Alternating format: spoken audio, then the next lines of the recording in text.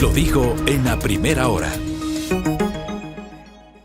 Muy bien, 7:42, recibimos a la ex candidata presidencial y presidenta de Revolución Ciudadana, Luisa González, que está aquí en nuestra mesa de trabajo. Luisa, bienvenida, ¿cómo le va?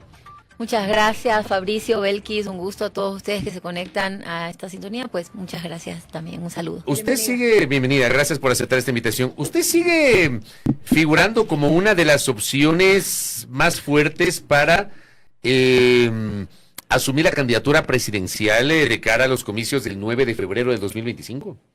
No creo que sea la más fuerte, hay muchas figuras que podrían ser candidatos y candidatas al binomio de la Revolución Ciudadana. Está también Paola Pavón, lo he dicho en varias ocasiones, Marcela Guiñaga, Pavel Muñoz, que ya dijo que no sería candidato, pero creo que es un gran cuadro también.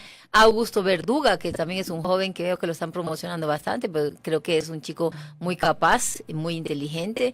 Y así, muchísimos cuadros, ¿no? ¿Pero son nombres así al aire o ya empieza un poco a aterrizar esto, ya se empieza a analizar con mucha más profundidad, de manera que ya de esos tantos ya queden unos pocos, digamos así? Sí, Gustavo Yal también se me olvidaba, sí, también. Bueno, vamos analizándolo. Esto ha dicho el presidente Rafael Correa y varios lo hemos ratificado, él como líder de la Revolución Ciudadana. Estamos analizando técnicamente también, hay que ver los números también son importantes, el conocimiento, la capacidad de la gestión pública. No podemos improvisar, el país necesita que se conozca cómo administrar el Estado y eso se lo puede hacer más rápido si tienes conocimiento de cómo hacerlo. Ahora, el tema es que de los nombres que usted ha mencionado, usted podría tener una ventaja porque al final del día usted ya corrió como candidata a la presidencia de la República. Si bien es cierto, cuando usted fue nominada, no era una figura política tan conocida, pero ya pasó por la primera y por la segunda vuelta electoral. Usted ganó la primera vuelta, logró llegar a la segunda vuelta, y digamos ya tuvo ese recorrido. ¿Eso a usted le otorgaría una ventaja sobre Gustavo Yal, Paola Pavón, Augusto Verduga, etcétera? Bueno, hay un conocimiento alto también, ¿no? Hay un conocimiento alto porque fui la candidata, obviamente, en las elecciones del año anterior, pero también hay un desgaste natural, hay que ver, no siempre quienes han corrido en una elección terminan bien, y vemos candidatos que se desinflaron totalmente. El caso, el candidato de la Izquierda Democrática, que se me va el nombre ahora mismo. Javier Herbas, dice usted. Javier Herbas. Que participó en 2021 y le fue bien, pero en 2023 no le fue bien ya por reto. Bien. Así es, bajó totalmente en la intención de voto, ¿no?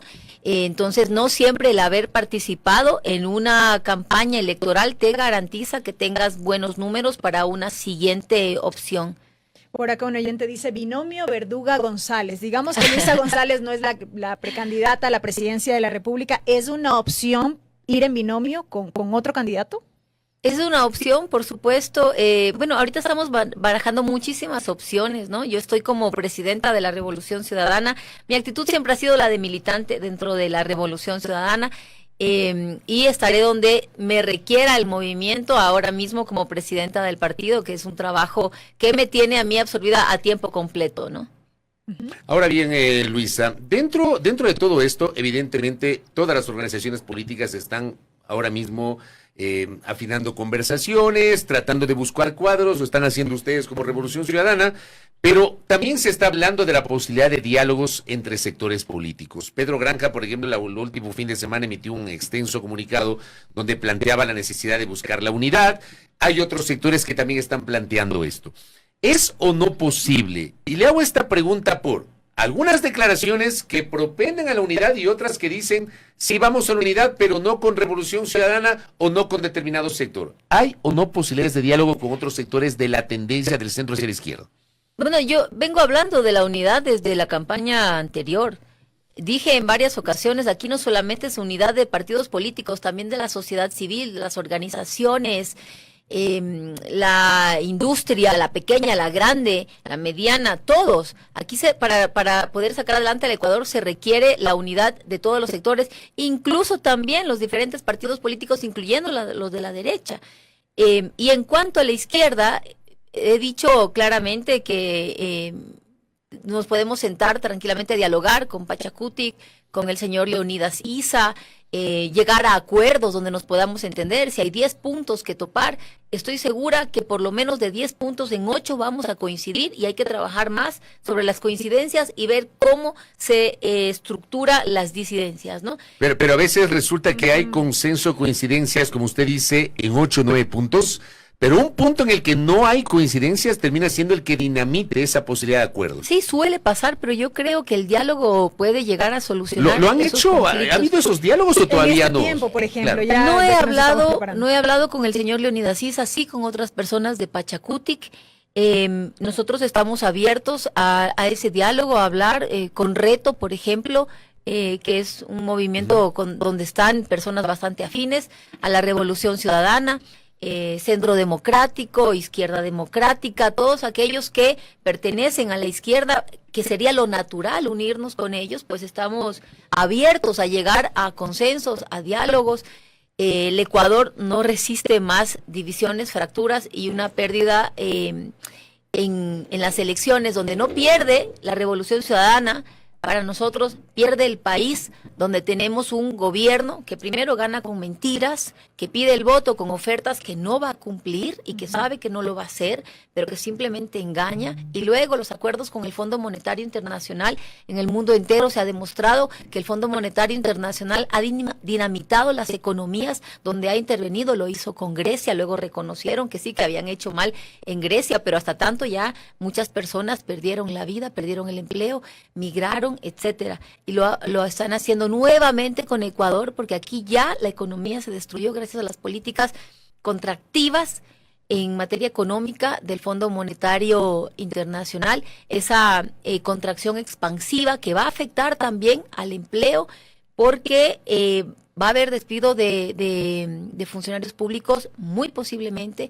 Las condicionalidades del Fondo Monetario Internacional es que nosotros generemos 2.500 millones de dólares, y por eso el aumento del IVA, por eso el aumento en los precios de los combustibles, no se va a lograr esa cantidad, y por eso probablemente yo sí creo que van a ir a un despido bastante importante de funcionarios públicos.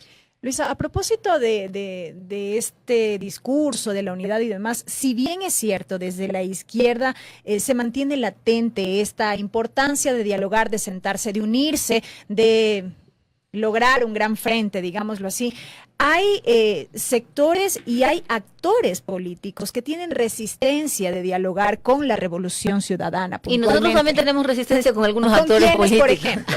Porque, por ejemplo, para mí es inevitable recordar una entrevista que tuvimos aquí con Jorge Escala, cuando dijo con la Revolución Ciudadana y utilizó calificativos y demás. ¿Con quiénes ustedes tienen resistencia de dialogar, por ejemplo?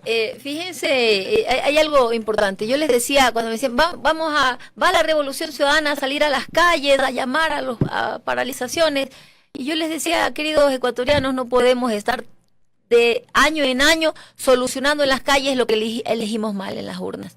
Señor Jorge Escala, ¿a quién ha estado apoyando los últimos años, diría yo?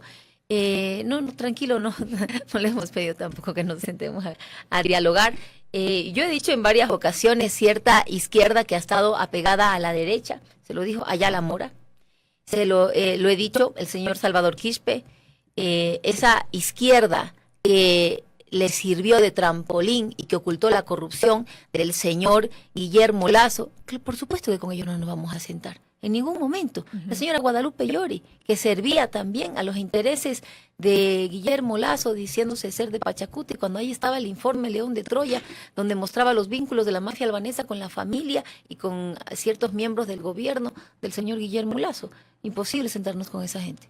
Pero, a ver, imposible sentarse con esa gente, hablando de ese segmento de Pachacuti.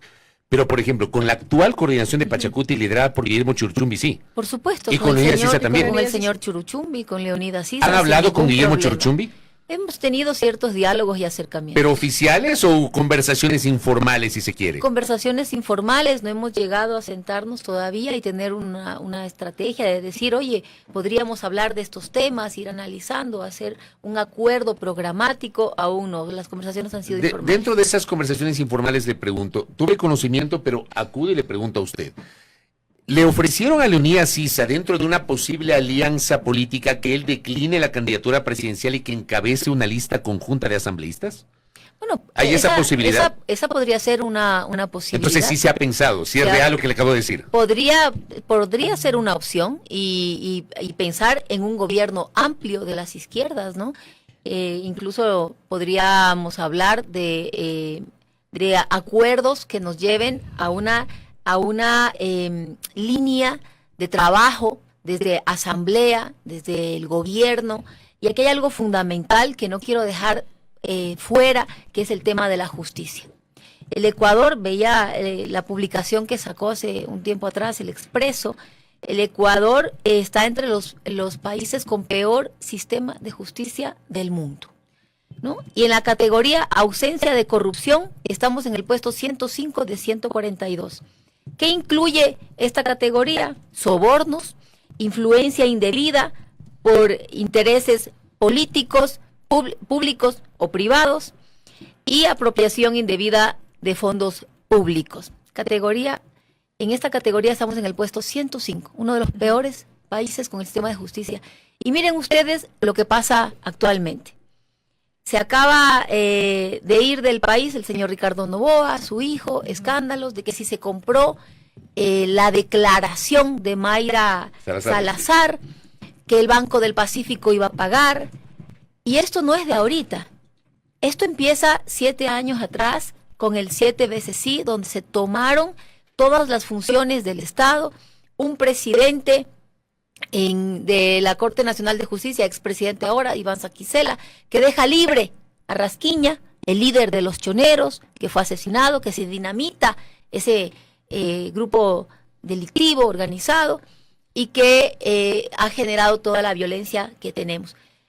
Cuando hablamos de que el Ecuador está entre los peores países en el sistema de justicia, estamos hablando de Corte Nacional de Justicia, de Consejo de la Judicatura, de Fiscalía General del Estado.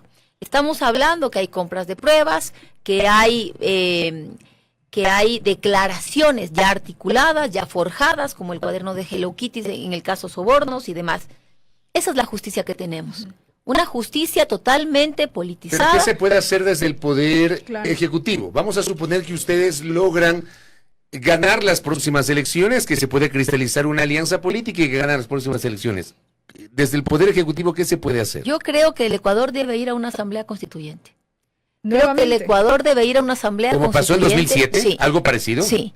El día de hoy, el Ecuador está en peor situación que en el 2007. El nivel de violencia, de muertes que tenemos hoy es alarmante y requiere cambiar las estructuras en todo nivel. Para modificar qué, justamente, de manera puntual. Pero primero yo creo que se debe hacer un concurso transparente nuevamente en los sistemas, en los jueces, en todo el sistema de justicia, incluyendo la Corte Constitucional, que viene del Trujillato, donde el señor Trujillo dijo que él estaba por encima de la Constitución de la República. Mire, no hay Estado de Derecho. Un presidente de la República que vive de decreto de estado de excepción en estado de excepción, al igual que lo hizo Guillermo Lasso, sin atender los problemas profundos en cuanto a violencia y a delincuencia. Aumentan las muertes en Manta, mueve para allá a los militares, ¿no? Pero también los grupos delictivos se fueron un poco más hacia Esmeraldas y aumentan las muertes en Esmeraldas y aumentan en otras poblaciones. Pero no hay un plan y una estrategia a seguir para combatir la delincuencia. ¿Para eso debe servir la constituyente, Luisa? La constituyente debe servir para cambiar ciertas normas que se verán allí también en la constituyente con el aporte de todos los que la integren. ¿Pero es para cambiar normas o es para repetir el proceso de 2007 exacto sobre la institucionalidad? Porque hay que recordar que cuando se instala la constituyente de plenos poderes el 30 de noviembre del 2007, dentro de sus primeras decisiones fue echar abajo todas las autoridades de control, poner encargados e iniciar nuevos procesos. Sí. Esa sería la idea central, más que reformar la Constitución. Sería poner otra vez la institucionalidad a foja cero, Luisa. Sí, deberíamos cambiar todo el sistema de justicia, toda la función judicial, las cabezas, Fiscalía, Corte Nacional de Justicia, Consejo de la Judicatura, que ojo, fueron puestos de Trujillato. ¿Y quién fue al Consejo de la Judicatura? La concuñada del señor Guillermo Lazo, sin ningún concurso, puesta a dedo, y empieza la debacle. Jueces puestos a dedo que liberaron a delincuentes, empezando por el señor Iván Saquicela, y camina libre.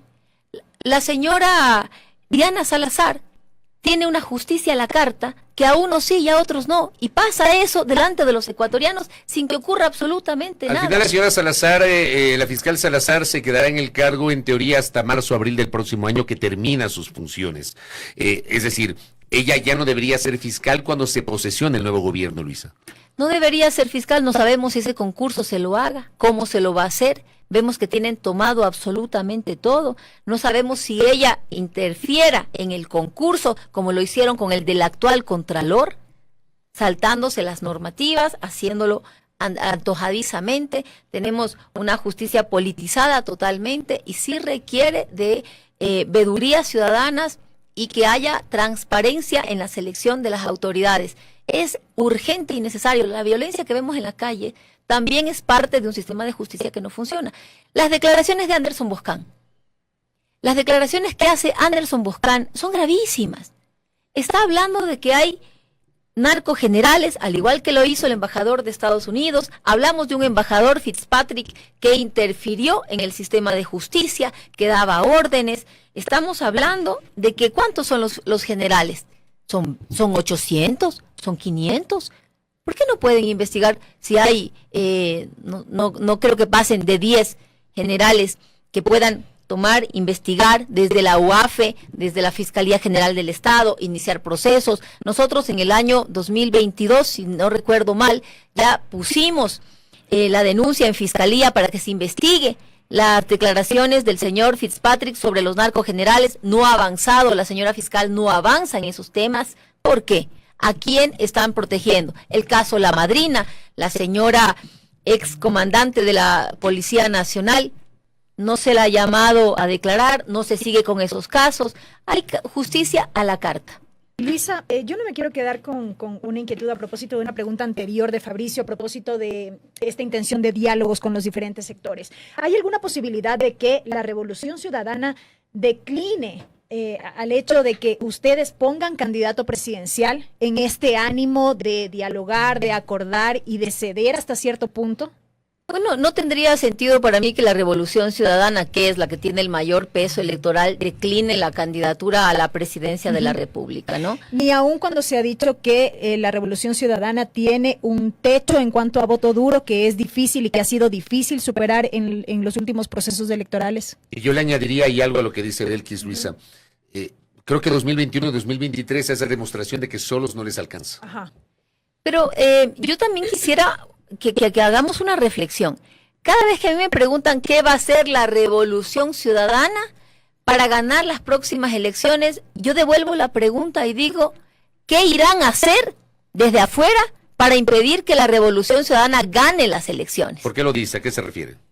Año 2021, Andrés Arauz, candidato a la presidencia de la República, resulta que sale un show montado de que estaba financiado por el ELN, por grupos subversivos, por el narcotráfico, la campaña de Andrés Arauz. Hacen un show junto con Diana Salazar, que es actora política, no es fiscal general del Estado, viene el fiscal de Colombia, se reúne con ella y empiezan a meter ruido en contra de la candidatura de Andrés Arauz y eso afecta en la votación. Año 2023, Luisa González y Andrés Arauz, binomio de la Revolución Ciudadana, asesinan al señor Villavicencio. La señora Diana Salazar tenía conocimiento de que estaban involucrados los lobos, el señor Colón Pico, pero viene la narrativa de que la culpa es de la Revolución Ciudadana, que nosotros hemos ordenado asesinar al señor Villavicencio. Usted está citando elementos que los acaba de mencionar, elementos externos que usted considera terminaron afectando una eventual victoria de RC. Por supuesto que terminaron afectando. O sea, lo que nos está diciendo es que no es que RC pierde porque tiene un techo, sino por estos elementos que ha mencionado. Porque hay agentes externos que también afectan a nuestra candidatura. Mire, Fabricio, después del asesinato de Villavicencio, yo tuve riesgo de estar fuera de la segunda vuelta. O sea, ni siquiera íbamos a pasar a segunda vuelta. Caímos totalmente en la intención de voto porque la gente empezaba a decir, sí, fue la Revolución Ciudadana. Y ahí empezamos una campaña fuerte a decir, señores, esto es falso. Pero entonces ustedes alcanzamos a recuperarnos. Yo quiero entender entonces, ¿ustedes consideran que sin esos elementos externos, como los ejemplos que acaba de poner, solo sí les alcanza? ¿Ustedes creen que sí? Podría ser, no lo puedo asegurar en un 100%, pero podría ser que sí nos alcance si tuviéramos una campaña limpia además, sin ruido. Vísperas de la segunda vuelta, asesinan en la cárcel, cuando estaban bajo la custodia del gobierno del señor Guillermo Lasso, asesinan a 7 personas vinculadas al asesinato de del señor Villavicencio, y una vez más empiezan a decir fue del gobierno de Correa. ¿Cómo? Si estaban bajo la custodia del gobierno de Guillermo Lasso, nosotros enviamos a asesinar a alguien a 7 personas que estaban dentro de la cárcel. Entonces, y esto días antes de la segunda vuelta. Este tipo de hechos que se han ido dando y que no se han esclarecido, ¿qué pasó? ¿Cómo así ingresaron a la cárcel? ¿Cómo los asesinan dentro de la cárcel? Y resulta que uno queda vivo. Y ese uno que queda vivo, ya, dice el señor Zurita, va a declarar que la culpa fue del gobierno de Correa. ¿Cómo? Si nos fuimos gobierno, sino hace 7 años atrás. Entonces, todos estos hechos también marcan una intención de voto. ¿Usted no cree que para estas elecciones que se avecinan, Luisa, les puede pasar factura el hecho de que hasta antes del episodio del 5 de abril, Revolución Ciudadana contribuyó con sus votos para la aprobación de 4 de 5 leyes económicas del presidente Noboa? Bueno, nosotros hemos sido coherentes con nuestros pronunciamientos. El día en que gana las elecciones Daniel Noboa, yo salí públicamente y dije que lo iba a llamar por teléfono, lo llamé por teléfono, en efecto, es la única vez que yo he hablado con el señor Daniel Noboa, y le pusimos a disposición, como lo dije públicamente, todo nuestro bloque de asambleístas, despojándonos de la camiseta de un movimiento político y poniéndonos la camiseta de amarillo, azul y rojo de la patria, y le dijimos claramente que le íbamos a apoyar en todo lo que fuera necesario para la reactivación económica, para generar empleo, para generar seguridad para el Estado, que eso afecta directamente en la economía. Así que le dimos paso a los proyectos de ley, hicimos observaciones, se acogieron nuestras observaciones, reactivación económica, para evitar los cortes de luz, que al final no se pudo hacer, y en todos los proyectos de ley que él necesitaba para sacar adelante. ¿Cree que eso no les va a pasar factura? No, nosotros fuimos coherentes con una oferta que hicimos de extender nuestra mano, no por un presidente o por un movimiento político, sino por el Ecuador, por los ciudadanos, despojándonos de toda intención natural partidista, sino por la patria. Y, sin embargo, pese a que se le dio todo el apoyo, todo el soporte para que saque adelante al país, no lo ha sabido hacer. Hay provincias donde todavía no nombran ni siquiera a las autoridades, instituciones sin autoridades, y aquellas que tienen autoridades no están al nivel de lo que se requiere en el país. Tenemos en el CERCOP una institución tan importante como es el CERCOP, porque se encarga de las compras públicas, de la transparencia. Ahí está puesta, entiendo, la maquillista de la primera dama. En el Ministerio de Ambiente, esta señorita, más allá de su juventud, no está preparada para el cargo que está ejerciendo, y cuando gana una persona que desconoce del funcionamiento del sector público, de lo que es hacer la política pública, de garantizar los derechos de los ecuatorianos, y llega con un equipo además improvisado, no se reúne de personas con conocimiento y capacidad, resulta que el país está donde está hoy día, cada día con más pobreza, con más violencia, con más deserción estudiantil, con menos medicinas y médicos en los hospitales, y con un plan de gobierno y ofertas de campaña que no las ha cumplido. Correcto, Luisa. Lo último para culminar, estamos prácticamente a un mes de que se inicien los procesos de democracia interna de acuerdo al cronograma o al calendario electoral del 3 al 17 de agosto, y ya en lo posterior la inscripción de candidaturas a partir del mes de septiembre. ¿Cómo se preparan para aquello de cara a los procesos de democracia interna para definir ya finalmente quién será el candidato presidencial o cómo se configurará el binomio?